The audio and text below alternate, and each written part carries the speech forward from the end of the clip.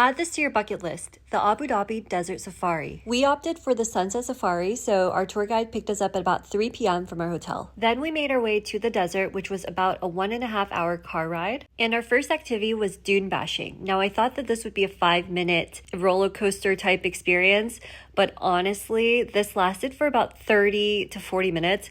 Me and my friend got extremely carsick. Like, we get carsick generally, but this felt like basically just an extremely bumpy road for a very long time. So this was not our favorite part of the experience. If you get carsick easily, or if you're traveling with anyone who's pregnant or children, I recommend letting your tour guide know beforehand so that you guys could skip this part. Along our ride, we got to see a bunch of camels and they looked so majestic. Then we got to our desert camp, which is where all the activities and the shows are held. At the desert camp, you have several hours to explore before dinner. So you can go sandboarding, you could go camel riding, you could also ride their ATVs. Sandboarding was really fun. It was probably my favorite part of the experience. Also, the view from on top of those hills is just absolutely beautiful, especially at sunset. But it is a workout to climb up that hill. So just know if you want to go again, you got to climb up the hill again.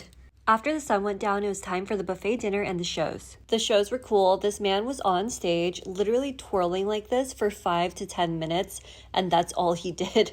But it was still entertaining. But my favorite part was definitely the fire show. This man literally put gasoline in his mouth and blew it into the fire to create these fireballs. Then we ended the night with some shisha and stargazing. The moon was so beautiful this night. It felt so peaceful. It was about $80 per person for this desert safari, and overall, I'd rate the experience a 9 out of 10. It was such a once-in-a-lifetime thing. When else am I going to watch the sunset from the desert? It was just so stunning, but the dune bashing just deducted a point because I did not love that part.